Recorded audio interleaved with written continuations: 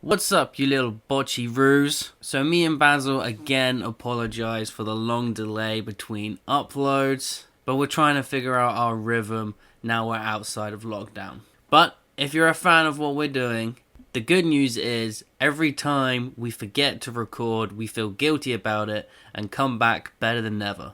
So we got massive plans for the podcast over the next couple of months, with yet again a slightly different layout and extra content. As always, we love the few regular listeners that we've got, and we hope you enjoy what's coming up. 5, 4, 3, 2, 1, 0. And now for our feature presentation. Ladies and gentlemen, this is the Botching It Up podcast. Every bruise, bump, and botch. Wrestling, you've been put on notice. Let's get ready to ramble! It's the next stop on our 90s saga. We're at WCW's Capital Combat on May 19th, 1990. And what makes this show so special? The cross-promotion between the upcoming Robo Cop 2 movie saw the main man himself turn up for some wrestling. That's right, Robo Cop turned up. Warner had a hand in the production of the movie, and it only made sense for Ted Turner to advertise his film on his network. The only problem is, the WCW booking team knew nothing about the plans until days before the event, and even then, didn't really care to put any creative effort into the appearance. Turning up with the stinger, WCW fans have been debating for decades now that RoboCop could have played a more interesting role in the Sting vs. Horseman story. As the months go by in 1990, it seems tension is heating up backstage and the big names are dropping like flies. A tight salary budget and an even tighter firm grip style of management from Jim Herd is forcing talent to jump ship. Remember, this is 1990 and there is a ton of competition out there. Yet you can tell much of the guys on the roster still believe that the WCW brand is going to be a big deal one day and is worth sticking with. This show has gone down in history as pure wrestle crap because of the Robo Cop cameo. However, there's an entire 2.5 hours worth of show surrounding that one moment, so join us as we discuss WCW during one of its rockiest periods in management, survive, maybe prosper, and put on a show that's considered to have one of the best cage matches of all time. We'll see about that, but right now it's time for NWA's World Championship Wrestling's Capital Combat featuring Robo Cop! Botched up. Brother! What's up? This is the Botching It Up podcast, and this week we're back on our 90s saga, and we've watched NWA Capital Combat 1990 featuring none other than RoboCop. As always, with me, Benito, and my good friend Basil. Well, thanks, Ben. As we anxiously await the arrival of Robo Cop, we are reminded that he's here to protect all the little stingers from the evil of the Four Horsemen. Oh, I love that. The little stingers. He said that a lot, so many times. And it's weird. That's the only reason RoboCop was here, is to protect the little stingers. Right, so before we get... He wasn't here to protect anybody in the main event, obviously. No, he fucked off home. He came, did his appearance, went home for dinner. Got that sweet dollar check. That's it. Was it. like, I'm out of here, chum. That's it. Okay, so before we go play-by-play through the entire event, I did want to bring up what I mentioned there about the breakdown in relationship between NWA and WCW. We kind of discussed it on the WCW events we've watched so far, but it seems like at this point in history is when it's done. We're fully WCW now. I think I don't know whether it's this story or this pay-per-view this year or something else, where basically an NWA council realized that they could make money from WCW, but they weren't taking the money. So then they leapt into action to say, hey, give us some money. And then I think NWA, WCW was like, we're just going to change our name. Yes. So, I may be wrong, but I believe this is the last ever NWA WCW event, and after this it will just be WCW now. Well, it was weird, to be honest. Like, I understand the taking the legacy of NWA and tacking it onto your own promotion, but if that's the case, then you don't create your own advertising and your own sort of other entity. It's like having WCWWF. Well, it's like TNA. TNA was NWA for a bit there. But they realised their mistake before they even got TV. Yeah. This was weird, and I'm glad that it sort of just went by the wayside a little bit. So that's going to play into a lot of stories I think we're going to talk about with WCW over this event and the next couple of events. The first being how much more control Jim Herd now has on the booking committee. And a fun story I've got for you here is that he passed out a memo before Capital Combat that said no more low blows and no more attacks on the guardrails are allowed. Now, no more attacks on the guardrails. How many times did you count in this show they threw each other into guardrails? Like 6 or 7. It was pretty much every match. And was this, two low blows. Was this a big FU to Jim Herd then? I think so. And there was 2 low blows.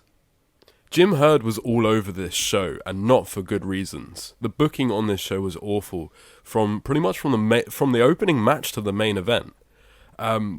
This show it felt like the blooming of a new dawn. It's interesting that you said NWA was the last NWA show, because we had 4 new faces here since Wrestle War 90 over the past couple of months. In the opening match, you had Bam Bam Bigelow, who had joined WCW in April. He had left WWF in 1988, and then he'd be going back to WWF in 1992. You had the Junkyard Dog turn up. You had El Gigante, who did nothing. Yeah, we're going to get to him later. And who was the other guy? Doug Furness was another one. The weightlifter. All right. Anyway, yeah, you had 4 debuts, and did you feel like any of these 4 were given? Oh, Sid Vicious. Oh, now part of the 4 Horsemen. Yeah. Now part of the 4 Horsemen. So and looked really bad on this show. Did any single one of those 4 guys make a big impression to you, Ben? Not at all. We'll get to El Gigante, but Junkyard Dog. This is right at the end of his career, isn't it? So yeah, it's getting close to it. Retirement run. He didn't look in great shape. He did an okay promo. But he was re-debuting, I think, to go on to at least upper middle card, if not the main event. And he re-debuted in what was a fun promo, but still was basically a backstage promo, not in ring, not in front of a crowd necessarily, nothing.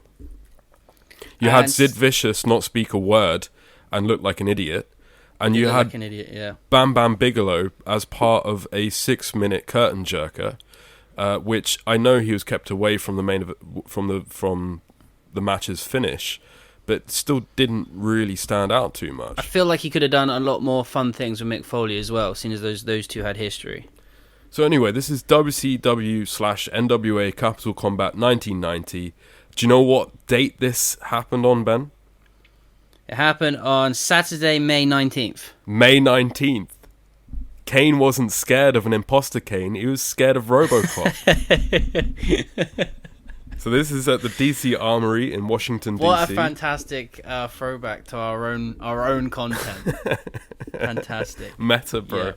Yeah. This was in DC Armory, Washington, DC. It had 7,500 in attendance. Not sure whether they were all paying. And I think there was something wrong with this show, because they were actually distracting me for the first 2 or 3 matches. And JR was mentioning it a lot too. They were still sort of filtering in nearly an hour into the show. So I think something wrong happened with the actual gates here. You had a buy rate here of 160,000 people, roughly. Which was a slight decline from Wrestle War 90. That's actually quite low for WCW at the time, isn't it? Wrestle War 90 was 175,000, and that was still quite a low-paying show. And just to put it in perspective, the previous month's WrestleMania 6, had 560,000 buy rate. Yeah. So WWF are still the biggest show going, easily. WCW right now is TNA and AEW. Yeah. So before we talk about the actual show, I want to talk about the arena. I talk about the arena almost every time I watch a WCW show, because I love when you talk about the arena. I love them compared to the WWF stuff. The stage was so fun. It was so basic. It was just scaffolding.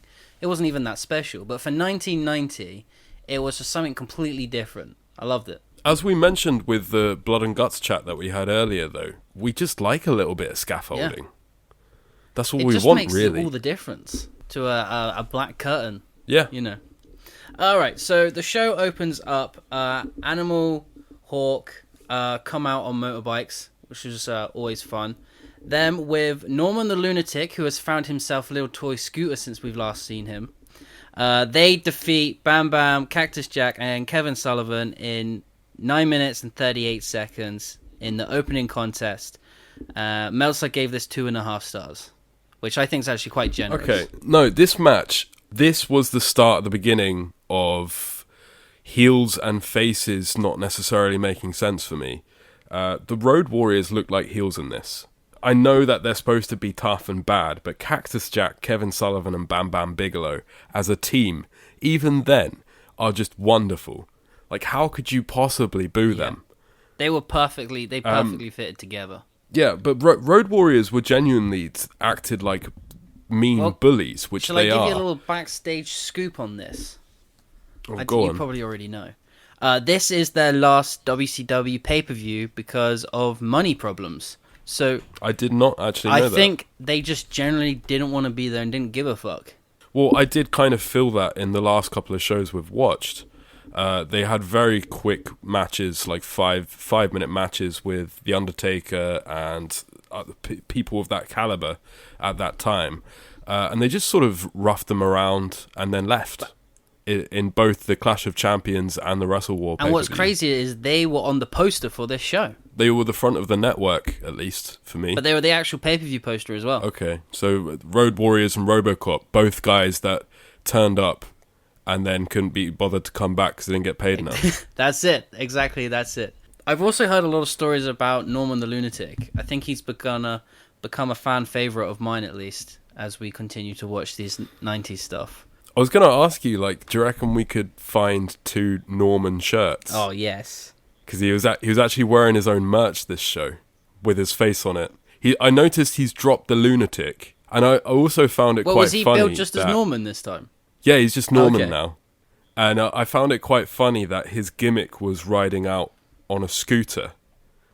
And you've got this sort of upper mid-card, charismatic, jack to the gills, good amateur wrestler guy who used to have a UFC career. And in 2021, on Raw, you give him the same gimmick as Norman. Norman and Matt Riddle have the same gimmick. Oh, riding a scooter around. I was really confused what you were talking about then. Were you like talking about Eugene or I was really confused. Yeah, no, Matt Riddle. Matt Riddle, yeah. Well, I think that says something. so all the stories I've read is pre 1990 for a couple of years. This guy, Mike Shaw is his real name. This guy was a really good wrestler on the indies. And Norman. Yeah, Norman. He was going to be a big thing. And then when he gets to WCW, they make him a brain-dead idiot that has just come out of a mental asylum. So just a completely career-killing gimmick. I'm sorry, but Norman was supposed to be a really good wrestler on the indies. Apparently, This is why I don't trust the indies. Cactus Jack in this match literally did an over-the-top neck breaker and nearly killed himself. Went flying outside, and Norman couldn't even be bothered to pretend to fall on the floor properly. well, I think you got to admit, if you get slapped with such a shitty gimmick, you probably lose your love for wrestling. Possibly. Might be a part What of a it. sad thought. Know what? So Cactus Jack was the only guy that gave a shit in this match, apparently. As usual, he was popping around, bumping around everywhere, ridiculously. Every single match we've seen him in, he's done this. He just... Cactus Jack in 1990 is a mentalist. And I feel a pretty deflated debut for Bam Bam Bigelow. He turned up, he was there, he did a few bits, but nothing exciting. You could have done so much more with Bam Bam. And I just wanted to ask you really, or not really ask you, but just talk to you really. Bam Bam is one of those guys to me that is so ridiculously underrated for what he's done in the business. This guy was on Hulk Hogan's Survivor Series team in 1988 as one of the main baby faces of WWF's company. I wasn't even aware of the fact that he had a WCW run at this sort of time. He came back to WWE in 92. He faced Lawrence Taylor in the main event of WrestleMania 11 in 95. He became an ECW original for a little while in the late 90s. He had one more run in WCW, which is what I remember him from. I had his action figure. It came with like a motorbike. He had a great time in Japan. He's well respected in Japan for the matches that he's had. This guy's done it all, and he feels like he's not respected to the level that he really should be. He's been forgotten about a little bit, hasn't he? I think. Yeah. Is he in the Hall of Fame? I think he literally just got inducted into the Hall of Fame, either in the last 2 years worth or the year before that. But in one of the lower spots. Yeah, he was like definitely one of the first 2 or 3 minutes go. Even though he's main evented a Mania. Well, it was his family that inducted him. Yeah. He passed away. Yeah, but even still, I feel like if you've main evented a Mania, you deserve a higher spot. I think it's because WWE recognizes that not many people know who Lawrence Taylor is now, so they don't really care. Sure. Because they don't actually care about the people. They care about the media. So what star rating did you give this thing? I gave this 2.5. I quite enjoyed it. Obviously, it wasn't as much of a thing that I could actually get a good star rating out of it, but for what it was, I thought it was a fun little opener. When I'm looking at openers, I'm always looking for something to make me wake up a little bit and make me entertained. I'm never looking for a classic, and this delivered for those reasons. Okay, fair enough. So our second match of the night is Mark. Jesus. What? This fucking match. Mean Mark defeats Johnny Ace in 10 minutes and 41 seconds, which was way too long, as it should have been a squash match. They're trying to build up Mark Calloway, and I've got it on good authority from good old JR that their plans were for him to be a future main eventer. They wanted to put the world belt on him eventually one day. He's still very green at this point. But obviously he jumped ship in the very same year to WWF instead. But this match versus Johnny Ace, who's John Laurinaitis, was a complete dud in my eyes. And Meltzer gave it 1.25 stars. I gave it 1.5. This thing was weird. And it's strange that you talked to me about how JR said they wanted to make him a future world champion, because Taker said in his own Ride documentary that the reason he left WCW is because somebody looked him straight in the eye and said, "Brother, you're never going to draw a dime." I wonder who that would have been.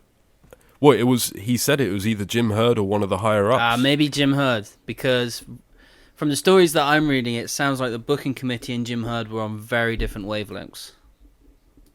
I really saw talent behind Taker, and it's not just retrospect. Looking at Mean Mark Callis during this period of time, you can tell that he's green, but I think his moveset is quite crisp, and he's definitely got a presence. He's got a level of natural charisma to him, which is why putting him with maybe the worst babyface wrestler I've ever seen, Johnny Ace, was a terrible idea. Who thought this was a good idea? At this point in his career, if you think that Mean Mark Callis is not going to draw a dime, it's because you're putting him with people like Johnny Ace. This match shouldn't have existed. It shouldn't have existed for the amount of time that it did. Mark should have been put in there with somebody, an old vet or somebody of status, maybe a Kevin Sullivan, somebody like that, to work with 5-6 minutes, get the job done. I genuinely thought this match, I kept waiting for the heat to build up so that Johnny Ace could get his fire back and beat Mark Callis, because that's what the match was going like. And then, I thought it was going to be a back and forth and Mark was going to take the loss, and then no, it's just a really, really, really long squash. Just a really long beatdown. A beatdown for 10 minutes.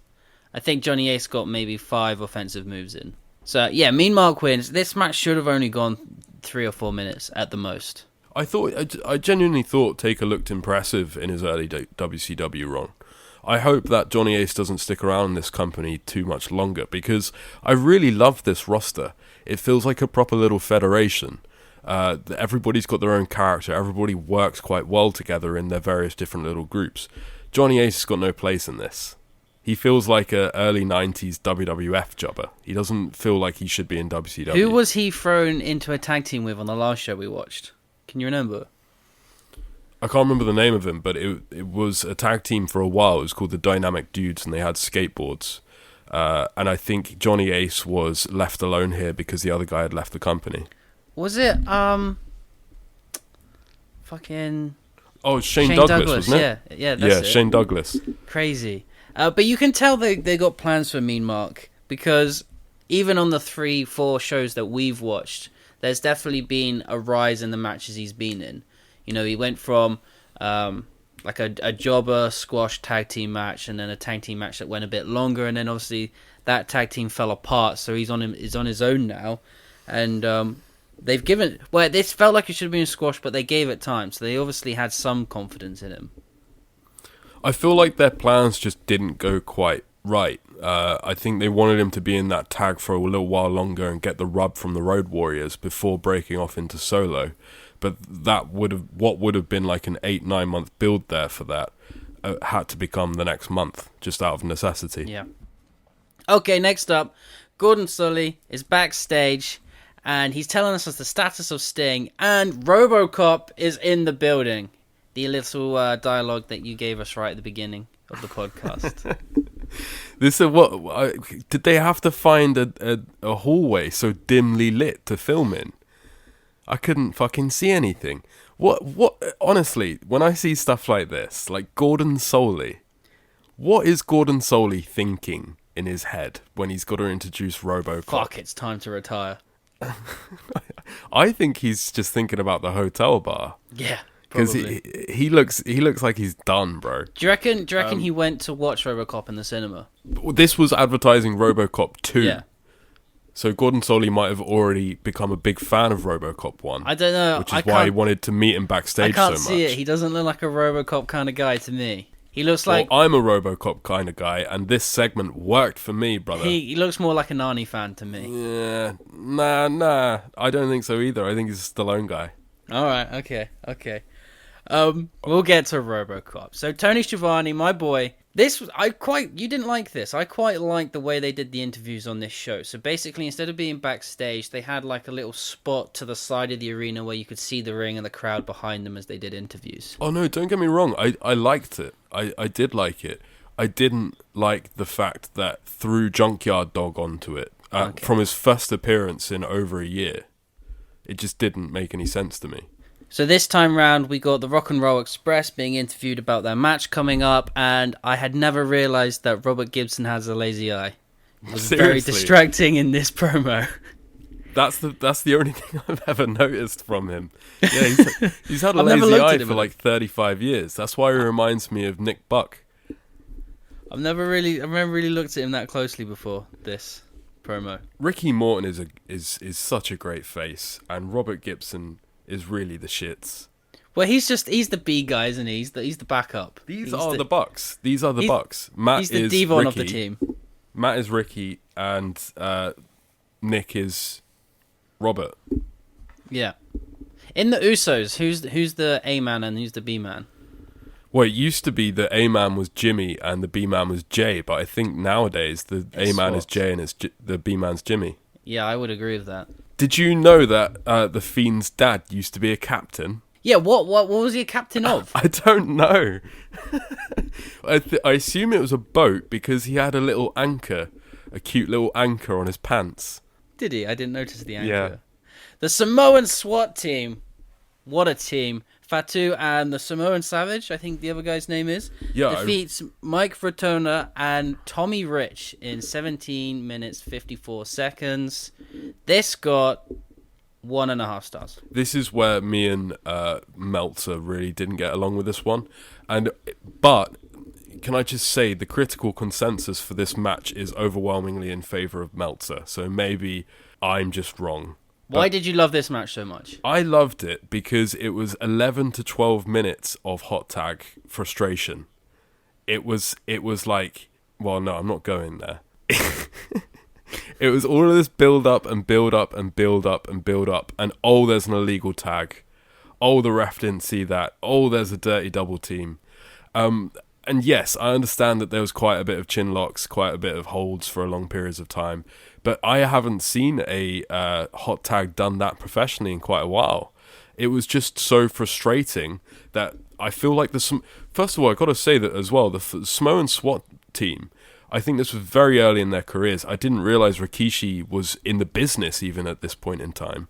Looked so confident and comfortable in their personas that they actually made it. And I think that it worked because they did what they had to. Like, nobody's going... I didn't even realize at the beginning that Captain Mike Rotunda and Tommy Rich were supposed to be the baby faces. I thought they were the heels until the Samoan SWAT team turned up. All right, I was going to say, they were definitely the faces in the match. But before the Samoans turned up, they seemed like heels to me. So you've got these four guys, none of whom many people are interested in right now. What do you do with them? You can have a 7-minute match, or you can really build the heat up. And I thought all of these hot tags, while some people might find it boring, did such a good job of building Mike Rotunda and Tommy Rich up, who I previously didn't care about at all, that I wanted to see Tommy Rich tag in. And that, to me, is a job done well. That's a successful match. So I really appreciated that, and I enjoyed it. The tag was teased about 8 times, and then in brutal Jim Herd fashion, as usual, they finally get the fucking hot tag. They finally get it. Tommy Rich comes in, not with the loud pop that I was expecting so much. But Tommy Rich, you're the only one enjoying this match. Yeah, I think I was. Tommy Rich comes in, arm popping at least, even if the 7,500 people aren't. And then psychological fuckery.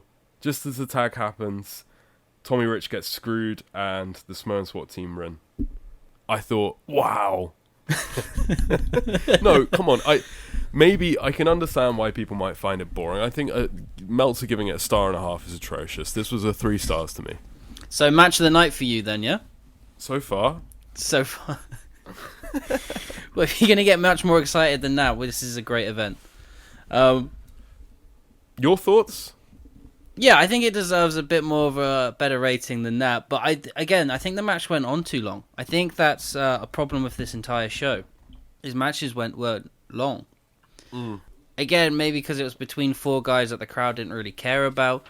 Although the Samoans looked amazing in there. We watched the Samoans a couple of shows ago, didn't we? I think. And they destroyed someone in a squash. They turned up at Capital Combat, and I think one of them was in the opening against Steve Williams in a Clash of Champions or something like that. Yeah, that's it. These two look great. Before we move on, as I said, like it was really amazing to me to watch these two guys who I think had been in the business for like a year or two be so professional and so confident and comfortable within their own gimmicks. And Rotunda? Has he been in the industry that long at this point? I don't think so, no. I think he might have spent some time in AWA, but he's pretty green at this point, I think. Because that's definitely a career we're going to have to track one day. It's been interesting, that one. Yeah. I didn't realise he had been a captain as well as a banker. All the jobs. He's done it all, mate. Pretty much. We're then back with Tony Schiavone, and he's interviewing the best tag team to interview, the Steiner brothers. They say quite a lot without saying anything.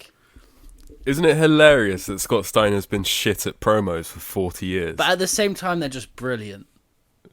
Yeah, the Steiners were over as Rover here, and I can see why. They just scream at you. And that's what I like a bit of that sometimes. You don't always need... That's the problem with modern day, man. Everybody's trying to be Jake Roberts. Just a bit of macho bravado. That's all you need. Then, this is the shits. But there's a funny story behind this.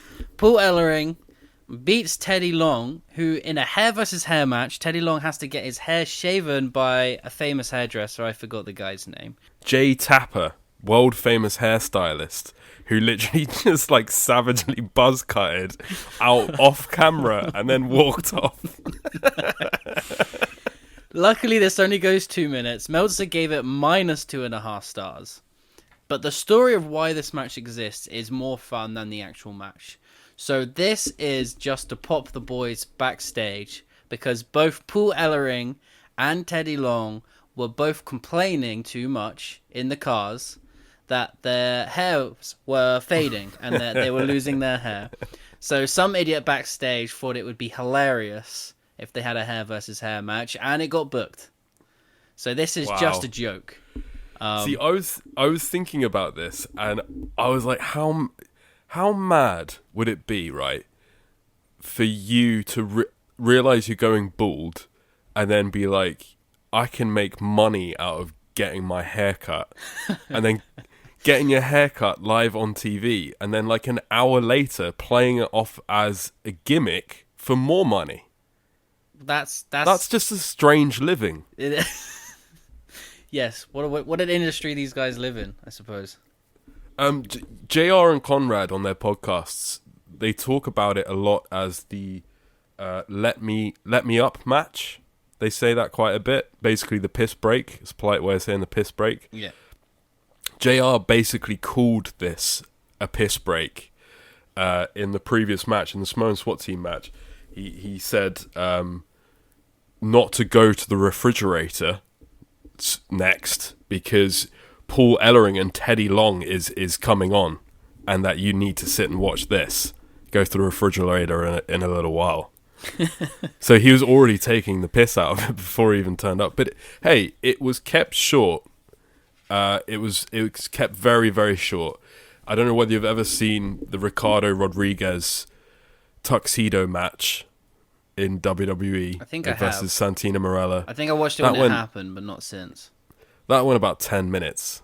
So, you know, this is fine. Apparently Teddy Long was very scared to do this match because he didn't want to expose the business. He knew he was going to be shit, basically. But he had a six-pack, man. Yeah, but it doesn't mean he can wrestle. No, but I was just surprised Teddy Long had a six-pack. Just proud of the guy. Yeah. Paul Ellering was a wrestler, though, right? He definitely knew how to throw a guy around. I don't really understand Paul Ellering because I thought he was around in the 70s and 80s, and I'm pretty sure I thought he faced like Gorilla Monsoon or something, and he was like a real old school dude.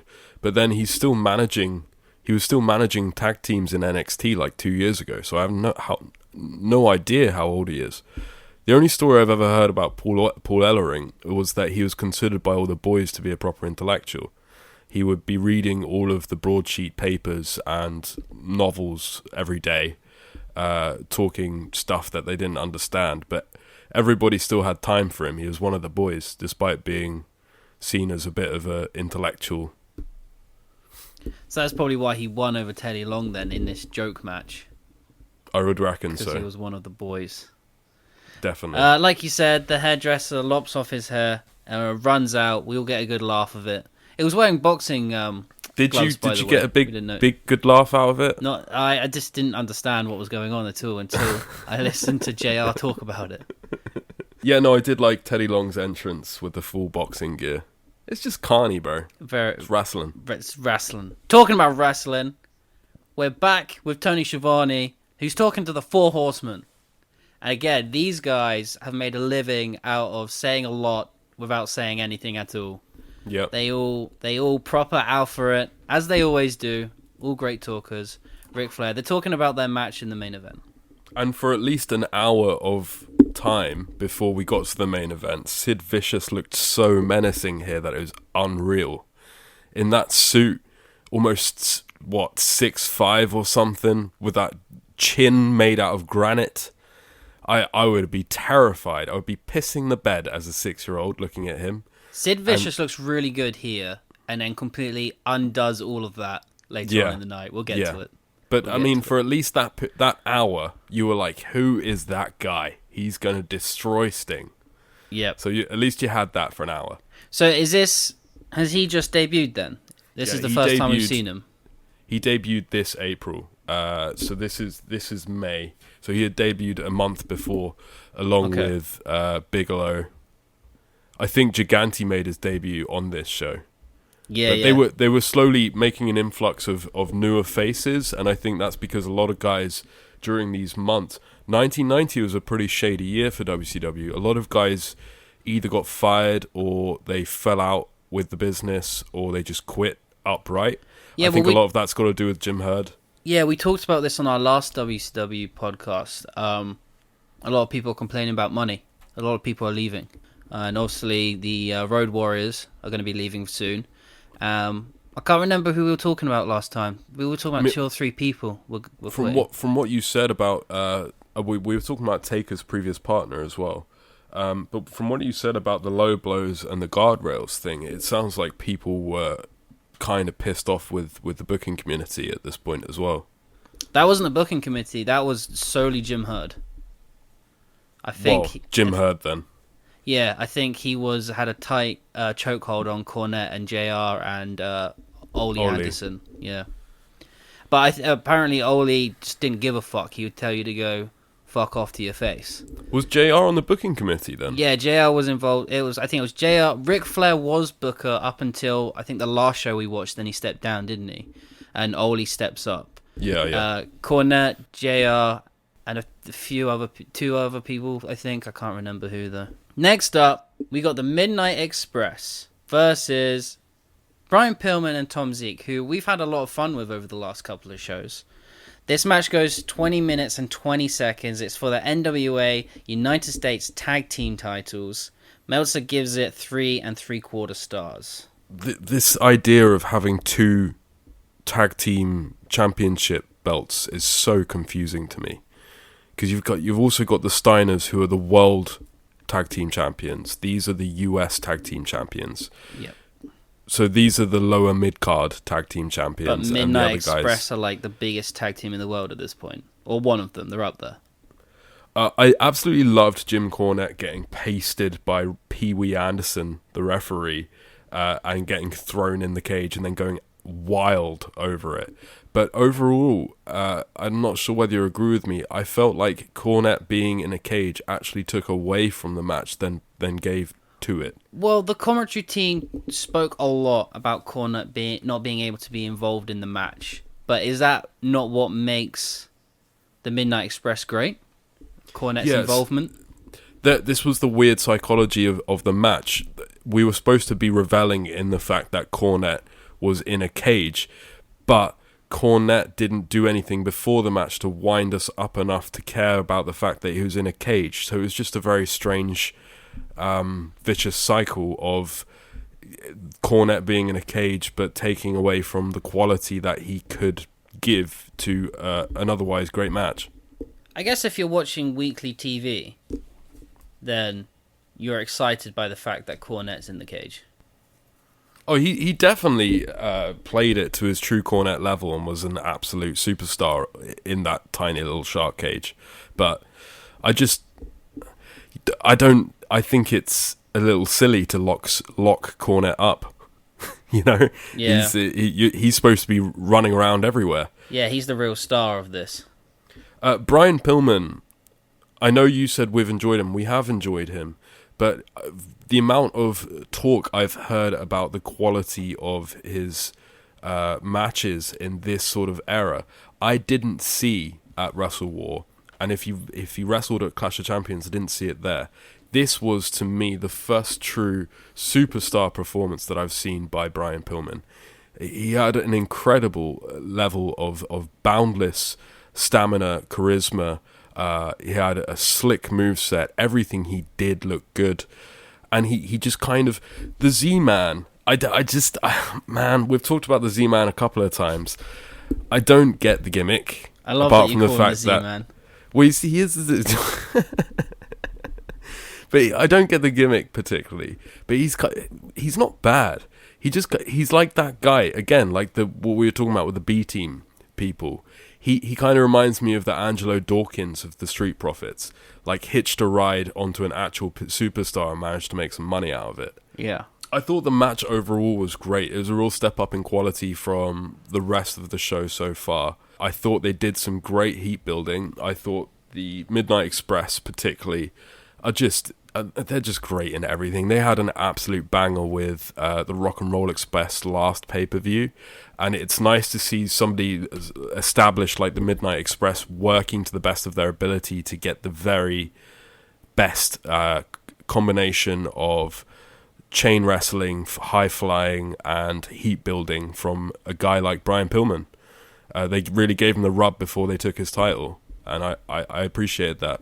Again, like you said before, I thought this match went a little bit too long, as they all do. The pace began to slack about 10 minutes in, and that's when I think you really would need a Cornette. Yeah, I was saying, if they had Jim Cornette there, I think 20 minutes would have been fine. Yeah. But they would have needed that extra involvement. I missed the tennis racket. So do I, man. So do I. It's not a proper midnight... This is the first time on this show that I really heard the crowd pop loud. And maybe that's just because they've finally gotten to their seats. Well, yeah, maybe that. But this is also when the show really properly started. Up until now, it felt like it could have been TV. Yeah. Yeah. Next up, we got Robo Cop arrives. I've got Robo Cop. Crowd goes mental for Sting. Where's Robo Cop? Robo Cop is here. Fuck. Robo Cop. Great ovation for Robo Cop. Well, your notes are almost as good as mine. So no, Sting comes out. 4 horsemen that come to attack him from behind. So although Ric Flair has been feuding with Lex Luger for months now, it's still all about Sting. Lex Luger is the third party to this Sting feud still, while he's injured. Anyway, so the shark cage that's still out there for the last match, they throw Sting into that. RoboCop comes to save them. Everyone's scared of RoboCop. They all run away from him, and RoboCop really badly bends the bars of the shark so badly. You can tell it's just made out of paper mache or something. And he rips the door off the cage to save Sting. What a moment. You forgot about the 2 or 3 minutes that it took him to actually get down the ramp. Yeah, because he's doing the weird... Well, he's doing the RoboCop walk. This was a slow old robot. I can't believe they booked this with Ole Anderson on the booking committee. Like, they got Ole, they got Arn, they got all of these nefarious 4 horsemen guys. They've got brand new Sid Vicious, and they all just run away from a tin bucket. Like, I don't understand. I get that we have to do advertising for RoboCop 2, but this was a bit silly, wasn't it? And it was so short as well. Like, I didn't even get my bullshit money's worth. So, the reason why nothing better happened, apparently, is because there just was no plan. Warner Brothers didn't ask them to do anything specifically, and nobody backstage gave a shit. So apparently, they came up with an idea... Very Vince McMahon, they came up with an idea an hour before the show happened.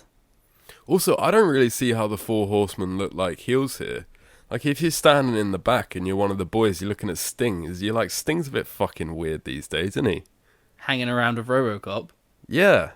Walking around with the robots. And Talking about protecting the little stingers. Oh, that was such a weird line. Are you alright, Steve? Do you need help? Time off gotten to you, mate? Just desperate to get out there. No, I was disappointed with this. I was really looking forward to seeing RoboCop, and it was just too goddamn short. If they really... I wanted RoboCop in the ring. Yeah. I wanted RoboCop in the ring doing power slams. Well, I mean, acting like that, I don't know how he would have got in the ring. That's true. Maybe they would have put Get Teddy Long out there again. Maybe put him on a jetpack or something. Why didn't you have RoboCop shave Teddy Long's hair? What? What fever dream are you having? That makes no sense.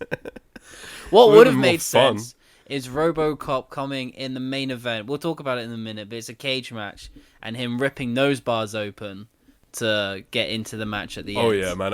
I fucking love how RoboCop got his face all over the poster.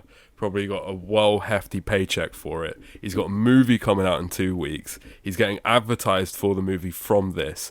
Couldn't even be bothered to help his so-called mate Sting out. I love how you're talking. He got a paycheck like this is a real guy. He got his paycheck. What do you mean he's not a real guy?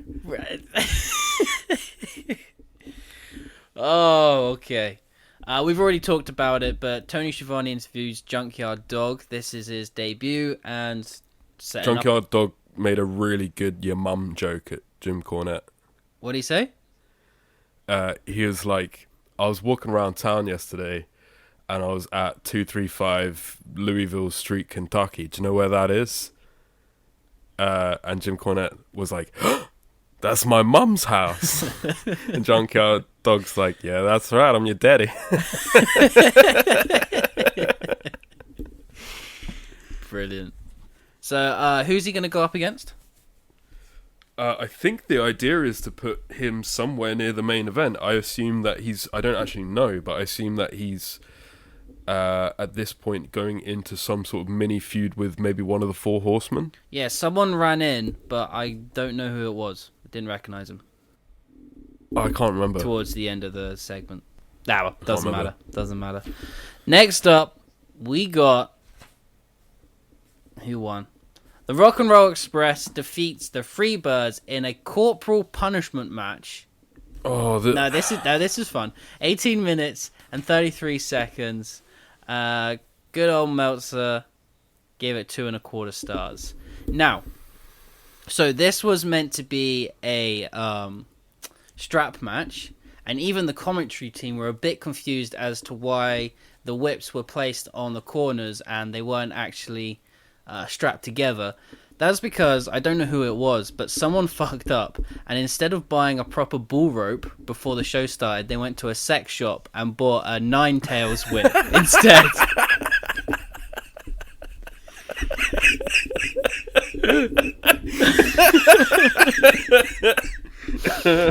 So the four guys in the ring didn't really want to use the whips because they looked fake. I wondered why it looked like string. Yeah, it completely wrong prop.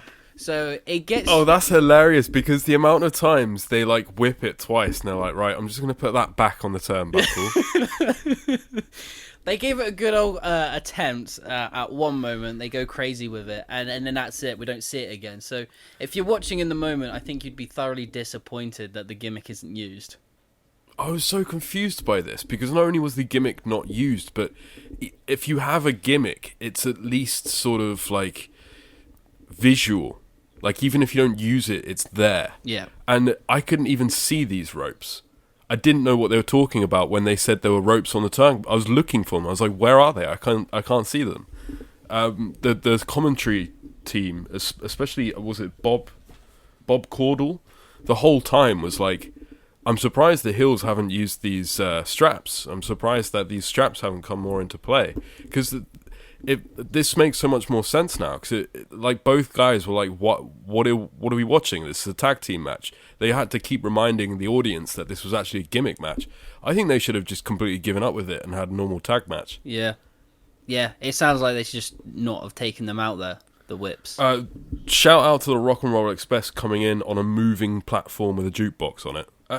By the way, I have to note, from Clash of Champions, Wrestle War, everything so far, I don't get the Fabulous Freebirds in 1990, bro. I know they had a great 80s, especially when they had Terry Gordy in there. I was going to say, we're missing a guy, aren't we? Terry Gordy, yeah. But this is a really bored, really boring, really resting on their laurels, lazy tag team, and they have been for the entirety of 1990 so far. The fans really seem to love them, though. Yeah, well, they get good heat, but they're like Carlito in 2009. They visibly can't be asked. Yeah. The amount of chin locks these two guys do. When I go into these Fabulous Freebirds matches in 1990, I know I'm in for a shit match. And once again, Rock and Roll Express tried to make something out of something, like they usually do, but the Freebirds couldn't give a shit. It was an incredibly boring, long 20 minutes, and that's a sad thing to say when you've got people like Ricky Morton involved. So let me ask you, so far, with everything that we've watched with WCW, do you prefer Midnight Express, Rock and Roll Express, or the Freebirds? Rock and Roll Express, man. Yeah? They're the full package to me. They're the proper babyface team. They've got a fire, they've got a charisma, I think they're the best wrestlers, personally. Even though they remind you of the Bucks? Even though they remind me of the Bucks. But the Bucks are a bad tribute act to those guys. Okay. My opinion. Yeah. Second up is the Midnight Express. Love those two. But I think I love those two a lot because of Cornette's involvement more than their own wrestling ability. But 1990 so far, the Freebirds have completely disappointed me. Yeah, no, I think I agree with you because I've heard all the legendary stories of the Freebirds, but I've yet to see them in a very good match. Well, I think they always kind of have been the charisma and heat building versus the actual match quality. Sure. But I have seen some Freebirds matches, and they used to be better than this. This is really both guys resting on their laurels completely, I think, at this point. And I wouldn't be surprised if the Freebirds both accidentally disappear in the coming year. I'm not going to check it. I think they're slowly going down the card, yeah. I've never understood the pretend to tag gimmick. What do you mean? You know, when a heel team, or maybe sometimes a face team, I think the face team did it in this one, the referee's back's turned, and they just clap, and then the other guy gets in. Oh, right. Well, it's just so they don't have to walk all the way across the ring. But they're walking across the ring anyway. But then they're going to do it anyway, yeah. It's just to be a dick, I guess. I don't really get that gimmick, especially when the face team is using it. Yeah. What did you give this? I gave this a 2.5. Okay, yeah. It went really long. The gimmick didn't work. The Freebirds bored me. Much respect to Rock and Roll Express, who tried their best, but it didn't gel. It went too long. Again, it just went too long, like a lot of the matches we talked about. This would have been an absolutely fine 10-minute match. And had they had the right whip and used the gimmick.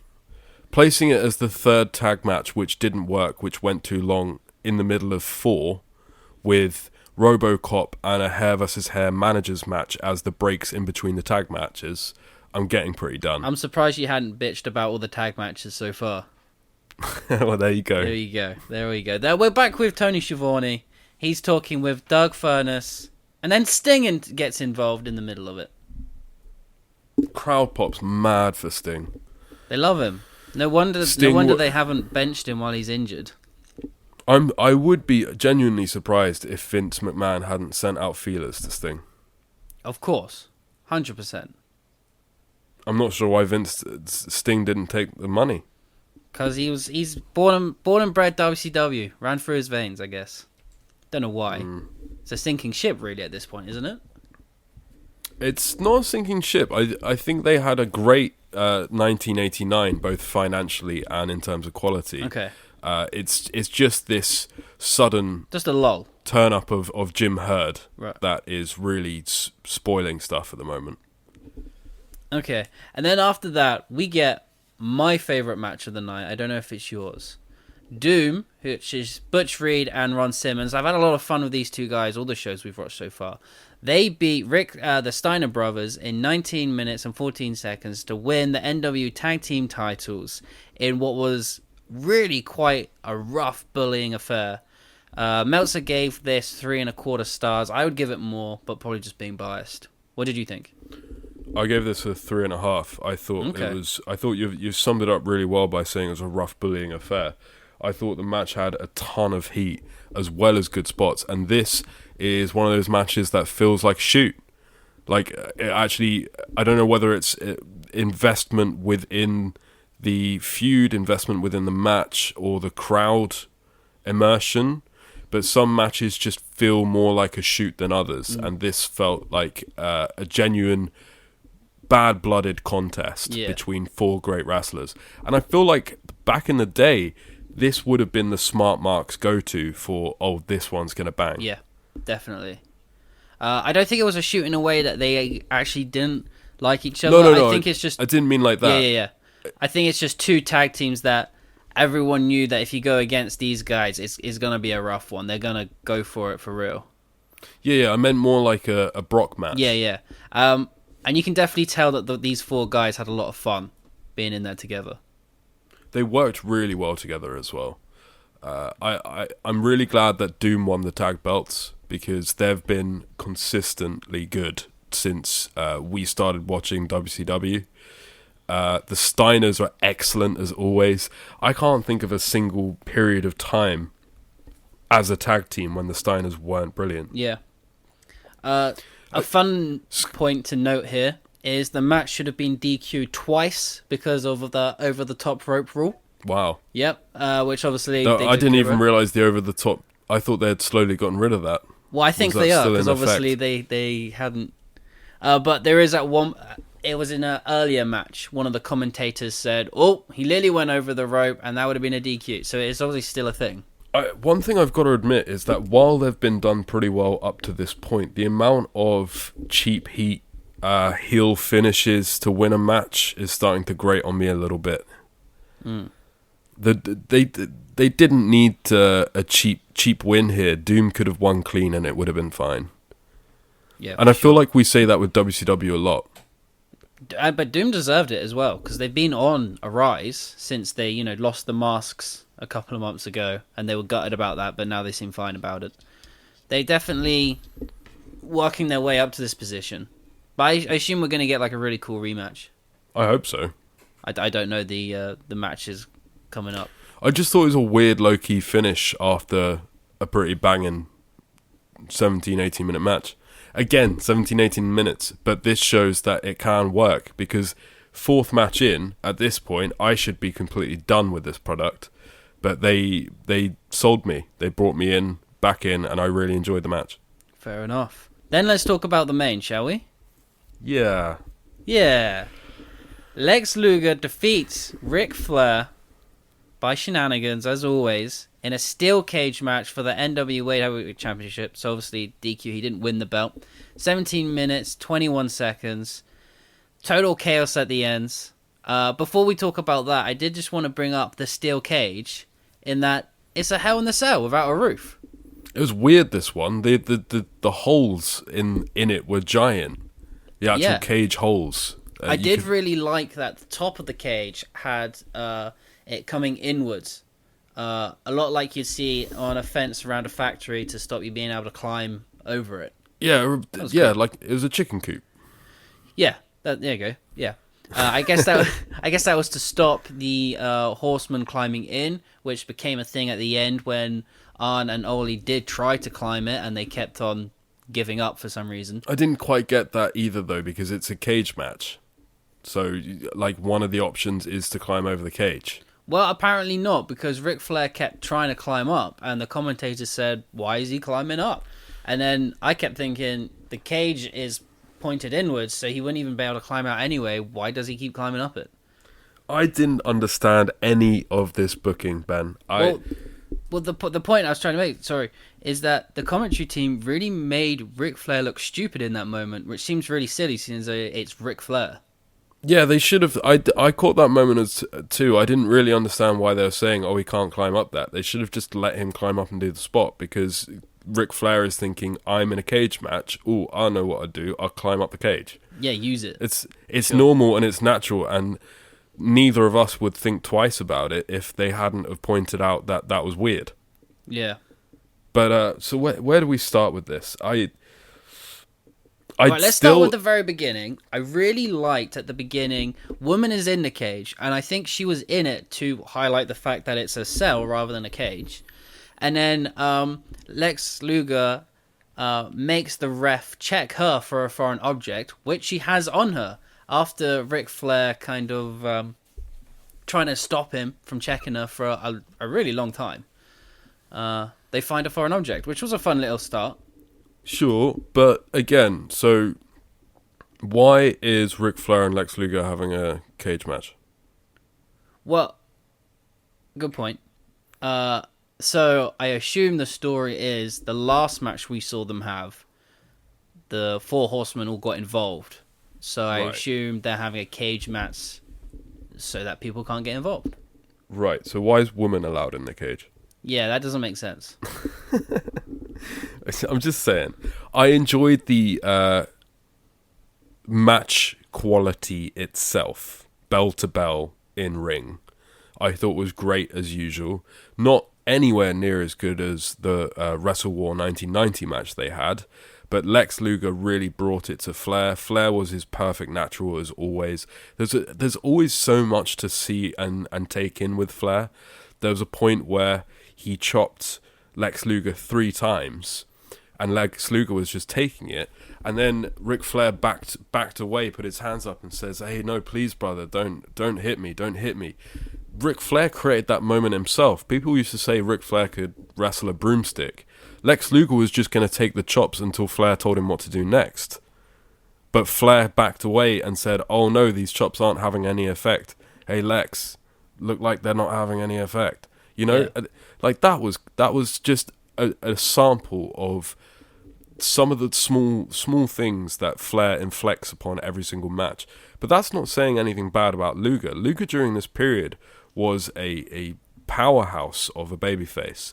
I don't understand why he couldn't get this feeling, put it in a bottle and unleash it when he nearly got a chance at the WWE Championship in 1993. Because this is a completely different Lex Luger. He's definitely improving as well. Like you said, I think the last match we saw of the two of them was better, but I think Lex Luger himself was better in this match. Yeah, he's actually sort of maneuvering himself into this main event position extremely well with very little notice. So bell to bell, I thought the actual match was great. I mean, it wasn't as good as Wrestle War. Wrestle War, the main event, I gave 4.5 stars despite this disqualification finish, which is pretty crazy to me. I'm not sure whether I was just in ecstasy at seeing an early 90s Ric Flair match back then. But it went nearly an hour long, and they had a great match up until the last 3 minutes with all the shenanigans. So, yeah it makes sense. This was mired more by everything else around it, way more so than the previous pay-per-view had. And again, I don't understand this booking. We were talking about last time, you were talking about, I think, how you thought Luger could have gone down for the win and taken the pin and nobody would have minded. Yeah. And I said, yeah, but maybe they're saving that for the rematch so they have something to build up to. Yeah. So we both said, oh, okay, maybe that's what... So here we get to the rematch, and what the fuck happens, Ben? Right, so the Four Horsemen are out there. They're trying to get into the cage. They're trying to climb in. They can't do it. Sting comes out to make the save, and you'd think Robo Cop would join him again, but no, we get El Gigante comes out. But this is after... the guy I always confuse as Lex Luger. What's his name? The other guy. I don't know. So Sting is attacking Ole and Arn Anderson. Who are you thinking of? And oh God's sake, I always forget his name. What is he in? What does he do? The new Four Horsemen guy. We were talking about him earlier. Sid Vicious. Yeah. Ole Anderson and Arn Anderson are attacking Sting. Sting's fighting back, and Sid Vicious is kind of just stood there watching. This guy was green as back then, bro. Stumbles into the brawl a little bit and then grabs Sting from behind so they can start doing the team up spot. He looks like an idiot. Sid Vicious was trying to it looked like he was trying to figure out whether this was a shoot or not. Yeah. El Gigante, that's how you say it, right? That's his name? Gigante. He comes out of nowhere and everyone just runs away because he's legit 7 foot. And so, Sting stands very proud next to him. Can you take me backstage here, Ben? So what happened here? So Sting spent all afternoon with Robo Cop just chilling and hanging out in a frozen container somewhere in a dark hallway. And then Sting comes down, gets put in a cage, Robo Cop saves him. And then I assume Sting's like, thanks for that, brother. Robocop's like, no worries, I'm getting on my helicopter now. And then Robocop goes away. So then Sting's sitting backstage, and he's like, those pesky Four Horsemen, they're still after the little stingers. And he tries to phone up Robocop, and Robocop's like, dude, I'm working now. I'm killing punks. So, like, where does he find El Gigante? Wait. Before we go any further, is Lex Luger a little stinger? Yeah, I think he is. Because he has to keep getting saved by Sting. I haven't seen, maybe we missed a couple of Saturday nights, but I haven't seen any little stingers being bothered by the Four Horsemen. So Lex Luger is Sting's little stinger. Brilliant. But where does it, like, just try and help me out here. So we've left it at Robocop saying, I can't come back, Sting, I'm killing punks now. Where does Sting go to find El Gigante? Well, I feel like that's his that was his B plan B. He was maybe he was gonna be involved from the very beginning, and then RoboCop turned up, and Sting was like, I'd rather go with RoboCop, but then RoboCop walked out on him, so he had to go back to Plan B. But if you're gonna use El Gigante in the main event, surely just use El Gigante, because Sting doesn't have any mates. It's quite clear that he's paying RoboCop and he's paying El Gigante. That's and El sad. Gigante's... That doesn't make him look like a babyface at all. El Gigante, nothing makes him look like a babyface. The little stinger thing is weird. El Gigante is probably cheaper than RoboCop, right? Oh, much cheaper. But he's a lot bigger and he's a walks wooden faster. Post. Okay, do you want me to tell you what's actually going on here? Go on. So that was kind of your setup, Ben, twice. You let me just ramble on about Sting talking to RoboCop on the phone. I was quite having fun with it. Okay. All right, but now here's what's going on. Ted Turner, who owns WCW, he also owns Warner Brothers, who are trying to sell this RoboCop 2 movie. Anyway, he also has an interest in the Atlanta, I think, basketball team. Mm-hmm. So this El Gigante guy is a basketball player, but he's not very good. And he tries out, and they're not going to sign him on to be a pro. But Ted Turner sees him and thinks, wrestling. This guy's 7 foot. Right. He'll look amazing in a wrestling ring. I do that in Tesco all the time. do what? I see it like a big dude. I'm like, yo. Oh, right. Okay. I could go, yo, that's lower middle card right there. I thought you were just looking at the pasture, just like wrestling. Yeah. You're completely throwing me off track. So sorry. This guy apparently had never watched wrestling in his life, has got no idea about face heels, can't act to save his life, doesn't really care. It's just he failed at being a basketball player, and now he's being paid a lot of money to become a professional wrestler, which is why he walks around like a wooden post. He can't act, he can't be a wrestler. At this point, I don't even think he's learned how to take a bump or do a roll or anything, really. They've just kind of thrown him out there because he's huge. But he still looked more in place than Sid Vicious. Yeah, that was weird. Sid Vicious was weird in this. I don't know. So this guy, I think it's going to turn out he's not going to do much for WCW, but at this point, the plans is for him to be the next big thing. I don't know what it was. It's from my childhood, but I really, really remember this guy sitting on a chair with handcuffed to Dusty, I think. And that is a really vivid memory to me from a videotape, and that's my memory of Giant Gonzalez.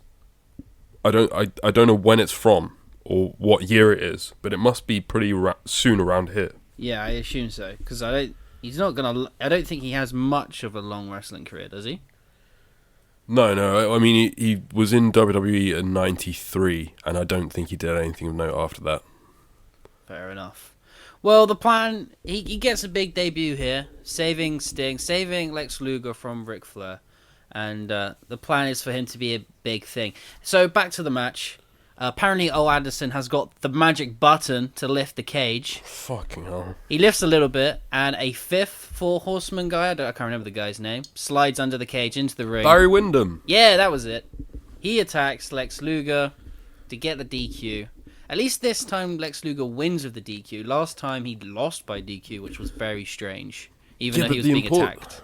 The important thing here is that little stinger Lex Luger... This is the last match. This is the feud ender with Ric Flair. He never gets any comeback. He never gets any comeuppance. Oh, really? He goes back to being a US champion and Sting's little stinger mate. Because Sting's back from injury. Yeah, this is...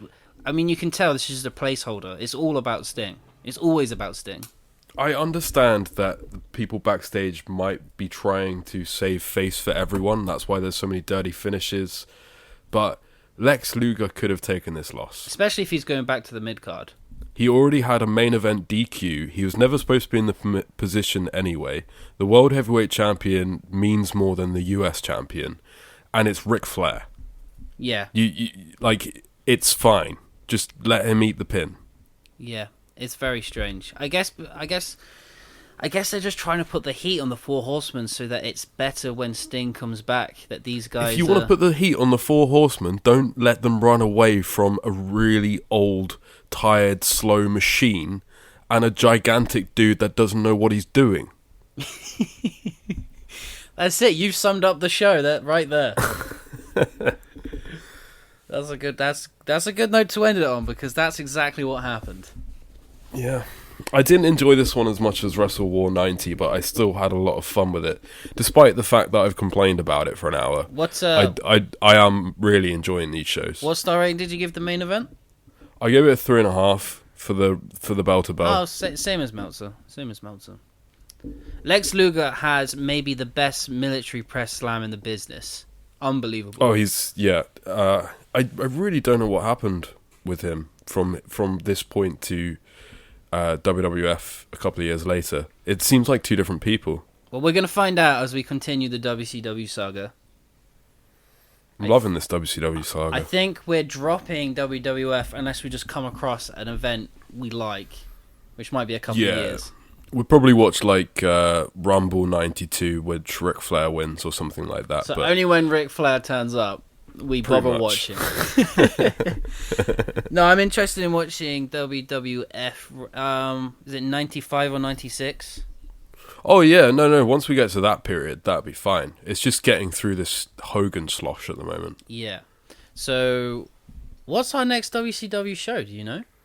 I can tell you. Great American Bash. That's the one. No, I think there might be a Clash of Champions beforehand. Okay. I'll have a look. All right, we'll have a look. But the Great American Bash actually looks like a really fun show. I don't know if there's a tournament or something. I don't do spoilers, bro. I'm living WCW 1990 real time. Okay, so I won't tell you what happens. This is my promotion. I won't tell you what happens, but there is a lot of fun-looking matches lined up. We're gonna have a lot of fun. Remember how upset I got when I got to Wrestle War and texted you and said, "Why is Sting not in this main event?" I'm living it like it is actually on right now. You're a proper mark. It's all about Sting and Ric Flair. Yeah, man. Okay, well that's been the WCW saga of the Capital Combat 1990, featuring Robo Cop for all of 5 minutes. Until next time, keep it botched up. Brother! Like, share, and subscribe to keep it botched up, brother.